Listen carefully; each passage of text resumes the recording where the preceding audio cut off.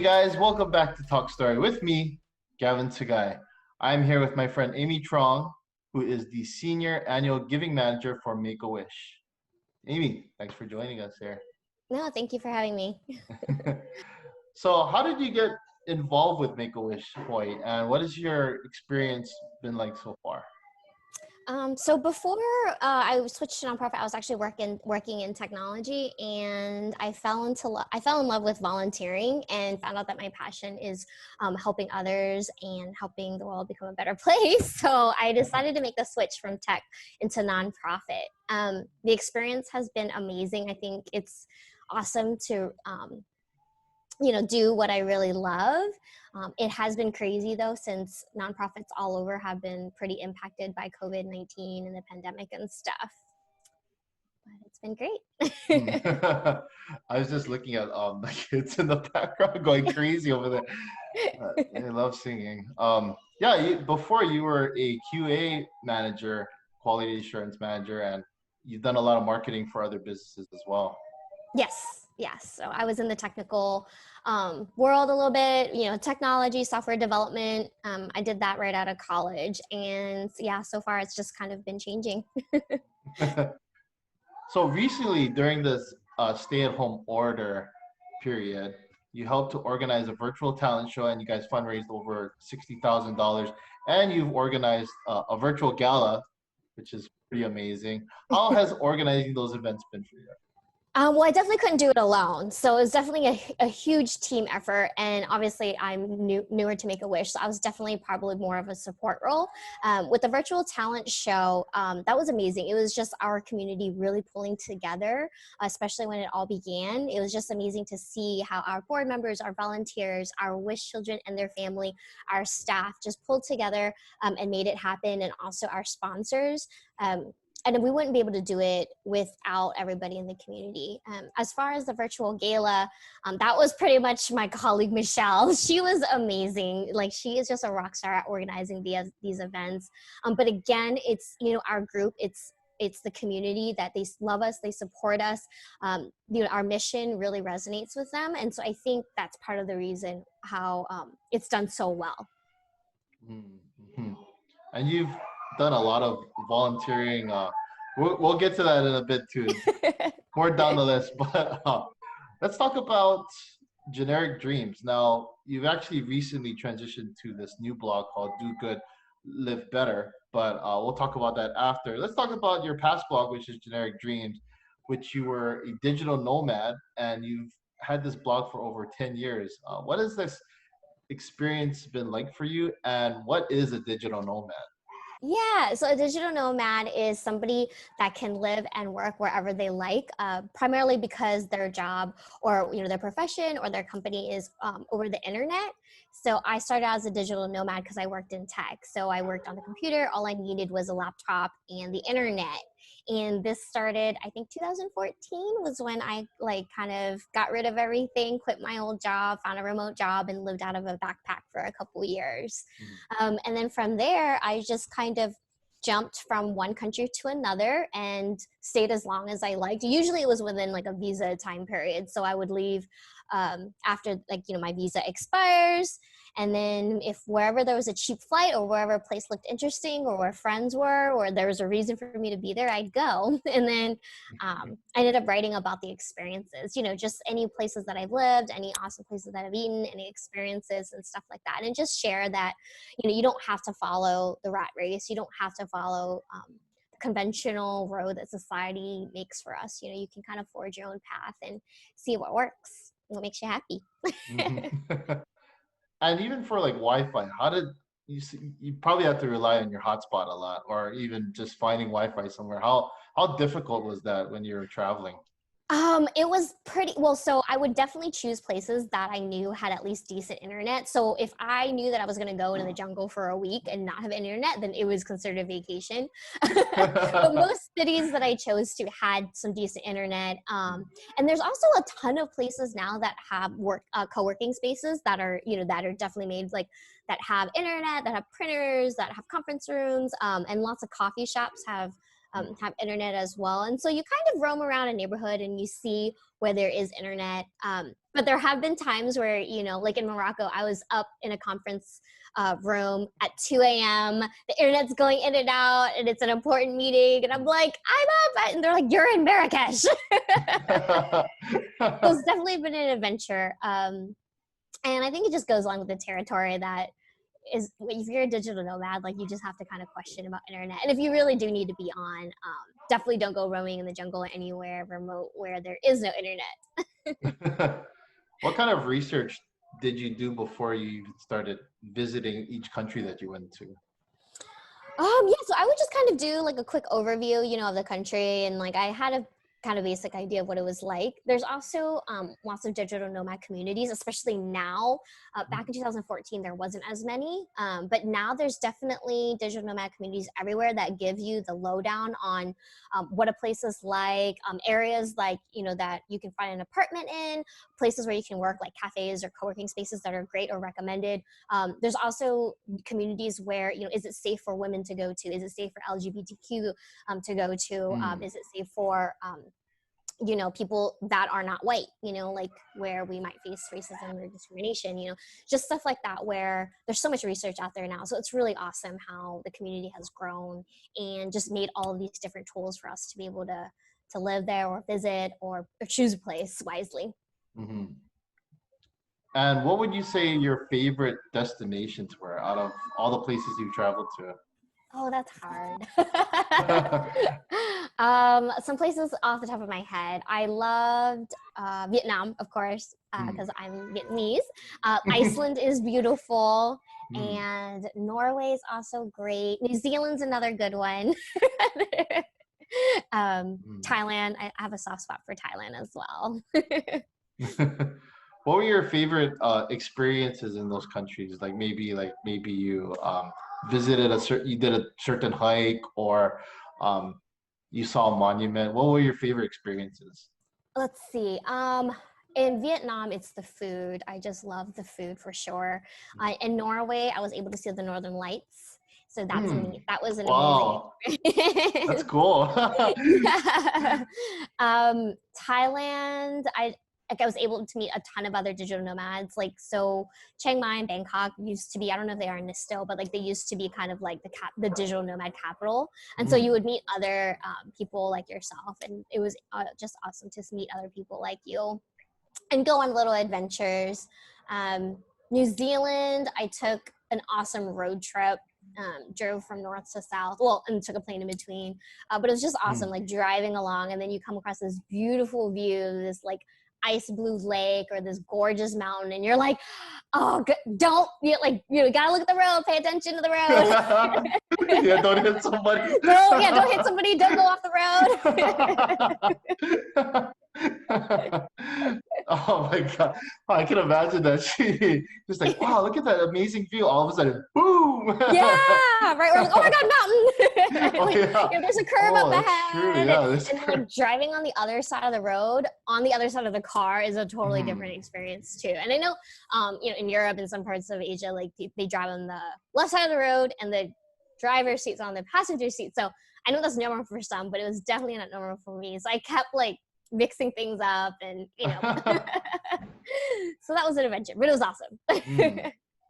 Yeah, because you're kind of closer to I can imagine that. Like if you're on the right side of the car, and then you're looking at the line in the middle, which is like the on your right side instead of your left. Yeah, that's kind of interesting. I never drove into like a foreign car, so I don't know the difference, but I hope to someday. Yeah, for sure. Like, you're gonna notice, like, when you check the rearview mirror, you always look to the right. So I kept doing that, and there would be nothing there, because and then I would, it's to the left. You gotta look to the left to look in the rearview mirror. Oh, interesting. Oh, that's weird. Yeah, and like the windshield wipers and the blinkers are on opposite sides. So if you're used to doing it with your right, you're gonna do it with your left. Oh my gosh. Oh, yeah. That's weird. Oh man, I can't imagine that. Sure. So for someone who lives or who has lived a digital nomad life, what are the essentials if someone wants to be a digital nomad? I would say definitely a laptop, for sure. A laptop, I guess, anything that you want to live with. Like, so a lot of digital nomads like to live the minimalistic life. Like, we live out of a backpack or a carry-on. Obviously some are completely different, but I do think the lighter, the better. So you quickly figure out what your essentials are, how many shirts you need, how many shorts you need, like, and then, yeah, so I always think pare it down to the essentials, a couple outfits, your charger, your camera, pretty much it, your laptop and your camera or your phone. That's great. So let's talk about the Do Good, Live Better blog. How did that start? And maybe tell us about that transition to doing that blog now. Yeah, so Do Good Live Better, it was probably created out of a little boredom, but also a little bit of frustration. Mm, I think, there's so much more that people can do in our community, in our society, in our world to help others, mm-hmm, and to find a cause that you truly feel passionate about to take action on. A lot of people, I think it would just do so much better if a lot of people focused on helping one another and not only just ourselves. mm-hmm, Um, and there's so many ways to do it, so if you have money, like, you can do something with that. If you don't have money, you have your time, you have your energy, you have your skills, and however you want to give back to the world, even if you're an artist, you're creating art, you're creating beauty, anywhere, anything that you can kind of give back. And I think, it comes back tenfold, like, mm-hmm. you get what you give, and I think kindness, and being good and just doing good for others, it's kind of almost, it gives you purpose. Mm-hmm. And it feels better. Yeah, and it totally feels, I mean, there's a Yeah. whole study on how doing good deeds, and helping others makes you feel good, and it's like the same kind of high of, when you do drugs and stuff like that, it's that Mm-hmm. same high, that same feeling, or runner's high, and one thing that I do want to emphasize is, like, don't be shy about when you do good things. So a lot of people want to be humble, which I totally get. Like, we don't want to say, like, oh, Mark Zuckerberg donated $1 million, because he's doing it for the PR, or he's just showing off his money. But when he does that, he gets other billionaires to give. When Warren Mm-hmm. Buffett gives away something, $1 million, Bill Gates and Melinda Gates will give $2 million, then it makes Mark Zuckerberg give 3. Like, and if that encourages other people in your circle to give or do good and help each other out, the better, Mm-hmm. so I say don't stop that movement. Yeah, totally. And even just giving time, for people to reach out or to just talk to somebody like that in itself is even meaningful too. Oh yeah, Just totally. mhm, Just giving like a listening ear, or mhm, helping on a hotline, like a mhm, suicide hotline totally. or anything like that. So it's really cool. Very important. Very important today, especially now. I mean, there's so many things going on now. Um, some people say it's positive, some people say it's negative, but there's just so many things going on now. So I think it's really important that people come together and just share resources, be able to understand each other, listen, and learn from each other. Yeah, I totally agree with you. It's like a time to pull together and learn from each other and help each other out and support one another. Hmm. All right, so let's talk about your Shut Up and Write group, which it's funny because I first learned about you from that group. And I Oh, was thinking, really? maybe I should try it out because I have a few like story ideas that I've been writing, but I'm not really sure. So I thought that would be a good space for me to force myself to sit there and then just type it out. So tell us how that got started and what that experience has been like for you. Yeah, so it got started because I started writing a lot more, and it's, writing is kind of, you do something, you tend to do it alone, and so I was thinking here, I was like, there must be like a community of writers that, you can either get together and write, or you can get together and share your writing, or get feedback, or get reviews or critiques. Like, there must be something. And I looked online, I looked on Meetup, I looked on Facebook, I looked, on Craigslist, everywhere for any kind of group, and they didn't really have anything. I think there was a Meetup group down in Kapolei, but that was like too far. So I was like, okay, well, I guess if there isn't any, that's a sign for you to make one. So I went on meetup.com and I started the group. It was, it's called Shut Up and Write. And it's actually sponsored by a national nonprofit organization. Wow.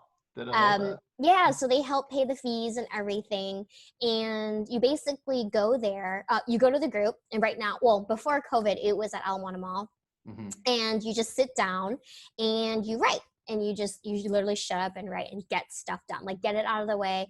And then usually about like half an hour before the session ends, if you're on a roll, you keep writing. Like if you're just, you've got something going, just go and do it. But then that also gives the time for people to shut their laptops or close their notebooks and talk to each other and say, hi, like, what are you working on? What are you writing on? What brought you to shut up and write? And then that built like a community of writers, of people all over. People were writing so many different things. People, different genres, writing for a blog, writing for a book, writing for work, writing for school, some graduate thesis. And it just brought people together, like no matter what you were doing or where you're from or what you're writing, like you are still writing. That was the goal. And I think it bonded a lot of people. And it brought a lot of introverts to the group, like there's no pressure to interact. Like you can come, like, and I usually am the one that just says hi and greets you and welcomes you, just want to make sure you're okay. But there's no requirement for introverts or anybody that isn't up for it to like have to talk and interact, so sit down, be part of like a group that's just sitting quietly, like soak in that energy, get some stuff done and feel productive after. And you say, you know what? I was productive. I wrote, I hung out with people. Maybe we didn't talk the whole time, but we still hung out. And it's another way for our community to get together, I think. Yeah, I like that. A lot of people don't know that I tend to be more introvert. That's because before, even my podcast, even before I used to teach at church for like over 10 years, but then that was when I was like a freshman in high school to like 23. But even before that, I was very introverted, so I didn't really like to talk to people and stuff like that. So I still have those tendencies. I'm a little bit more open now. I can talk to people, I can communicate.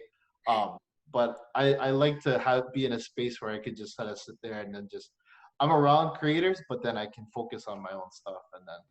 Yeah. And I think people like you, like we need a space for that. It doesn't always have to be getting out there and socializing, saying hi and learning about each other. It's like, let's get together and be in each other's company. And then afterwards, kind of open up, it takes some time for introverts to open up sometimes too. So I totally agree. When we open up again, when we can all reconvene, you can join us. Like definitely you'll have to. Oh, thank you. Yes. Yeah, I'll show some ideas. I don't know how good they are, but they're good comedy ideas. So okay. Well, our group, it's super supportive. Like we all push one another. We help each other.